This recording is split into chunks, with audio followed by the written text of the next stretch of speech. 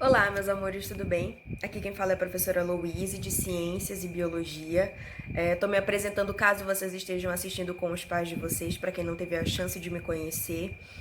E essa videoaula que vocês vão assistir agora, ela vai ser uma correção daquele trabalho de revisão que nós professores passamos para vocês fazerem durante a quarentena. Só que antes da gente entrar na aula propriamente dita, eu queria só esclarecer umas coisas com vocês. Esse formato de aula está sendo uma coisa muito nova, tanto para nós professores quanto para vocês alunos, para os pais de vocês. Então essa é uma primeira tentativa do colégio para que vocês não percam conteúdo, para que nós possamos trabalhar e que vocês possam estudar ainda de quarentena, porque a gente tem que lembrar, quarentena não é férias, ok? E dito isso, aproveitem essa aula, sejam compreensivos com a professora, porque eu não sou, não tenho a menor intimidade com tecnologia, edição de vídeo, essas coisas, mas eu tô fazendo o meu melhor, a gente tá se adaptando diante dessa pandemia, diante dessa situação totalmente inesperada que o mundo inteiro tá passando, ok? Bons estudos e boa aula!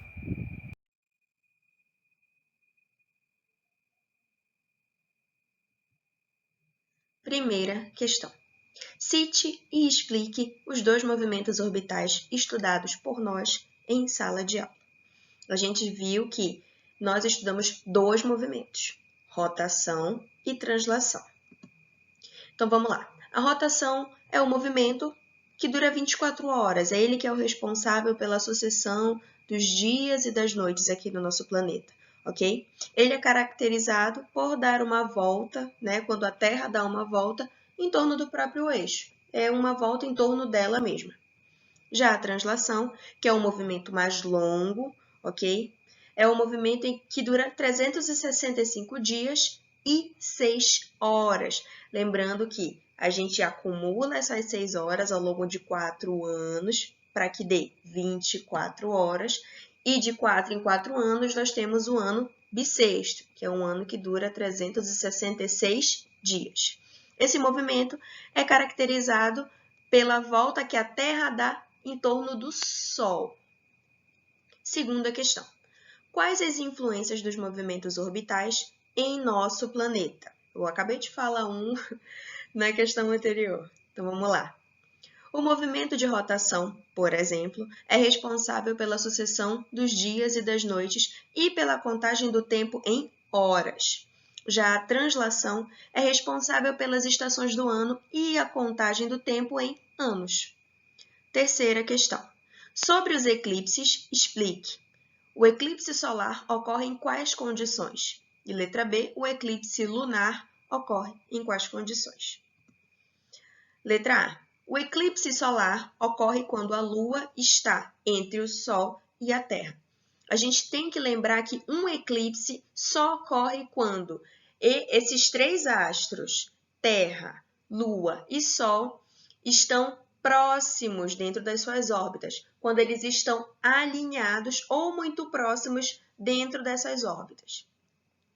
Letra B, o eclipse lunar ocorre em quais condições? O eclipse lunar ocorre quando a Terra está entre o Sol e a Lua. Ok? O eclipse solar, que é quando daqui da Terra a gente não consegue ver o Sol, é quando a Lua fica entre o Sol e a Terra. O eclipse lunar é quando a Terra fica entre o Sol e a Lua. Quarta questão. A Lua, enquanto orbita em volta da Terra, é iluminada de diferentes formas pelo Sol. Lembre que ela tem uma órbita em volta da Terra e, de acordo com a movimentação dela em volta da Terra, o Sol ilumina ela de diferentes formas, assim como a própria Terra. Essas diferentes configurações de iluminação podem ser percebidas por nós através de qual fenômeno? Letra A. As marés? Acho que não. Vamos por eliminação.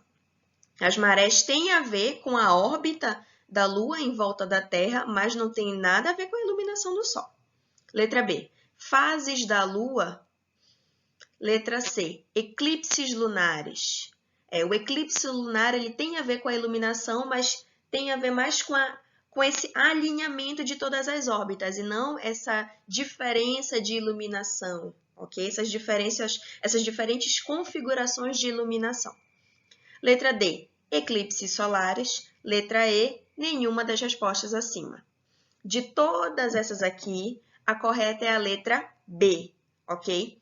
Dependendo de como o Sol ilumina a Lua, a gente tem uma percepção daqui da Terra de diferentes formas. E a gente tem as fases da Lua, que a gente denomina assim, minguante, crescente, nova e cheia. Quinta questão. Cite e explique as fases da Lua. Então, vamos lá. A Lua ela tem 4 fases, em ordem, né, de órbita. Lua nova, crescente, cheia e minguante. A lua nova ela é caracterizada pela face que é iluminada pelo Sol. Ou seja, a face que é iluminada pelo Sol, a gente não consegue ver daqui da Terra. Quando a lua está em fase de lua nova, nós não conseguimos vê-la daqui da Terra. Então, é um período do mês que a gente não vê lua no céu à noite. A lua crescente. Apenas a metade da lua é iluminada pelo Sol. E a gente só consegue ver ela entre 12 horas e 24 horas, ok? Entre meio-dia e meia-noite. A lua cheia é quando toda a face da lua está iluminada. Então, a gente vê aquela lua grandona, totalmente iluminada, né? Aquele círculo bonito lá no céu.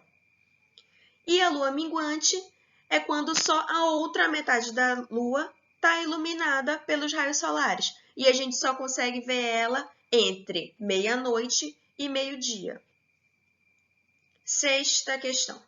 O solstício é um fenômeno astronômico que marca o início de 2 estações do ano. Em quais meses do ano esse fenômeno do solstício acontece? A gente tem que lembrar que quando a gente está falando de solstício, a gente está falando de verão e inverno. Equinócio, que é o outro fenômeno, é primavera e outono, mas solstício é inverno e verão. Vamos ver qual é a alternativa. Vão acompanhando na atividade de vocês, gente. Letra C, dezembro e junho. Sétima questão. O equinócio é um fenômeno astronômico que marca o início de 2 estações do ano. Ou seja, na questão anterior a gente falou sobre o solstício e agora a gente vai falar sobre o equinócio. Quais estações são essas e em quais meses do ano esse fenômeno acontece? Então, vamos por eliminação. Letra A, verão e outono. Primeiro que equinócio é primavera e outono. Então, eu já posso eliminar a letra A. Letra B, primavera, ok. Mas inverno? Não. A estação do inverno ela é marcada por solstício. Então, letra B, errada. Letra C, verão e inverno. Claro que não. Verão e inverno é solstício, não é equinócio.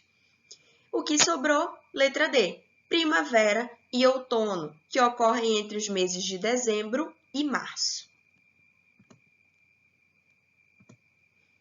Para esta 8ª questão, eu vou ter que usar a minha caneta aqui, cor vermelha, para ficar bem chamativo para vocês, ok? Então, vamos ler a 8ª questão. Relacione as letras abaixo às zonas climáticas correspondentes a essa imagem aqui, ok? Então, vamos lá. Eu tenho letra A, B, C, D e E. Cada uma delas está relacionada a uma zona climática. E vocês têm que me dizer quais zonas climáticas são essas. Então, vamos lá. Vão comparando, vejam se vocês responderam a mesma coisa. Letra A, aqui na imagem, corresponde à zona glacial ártica. É a zona polar do hemisfério norte, zona glacial ártica. Letra B, zona temperada do norte, porque hemisfério norte. Letra C, zona intertropical, porque fica nos trópicos. Letra D, bem aqui, zona temperada do sul, porque está no hemisfério sul agora. E a zona polar que a gente tem, onde a gente tem aquelas massas de ar, né, aquelas células polares, quando ela está no hemisfério sul, a gente chama de zona glacial antártica. A que fica no norte, ártica. A zona glacial do sul, do hemisfério sul, antártica.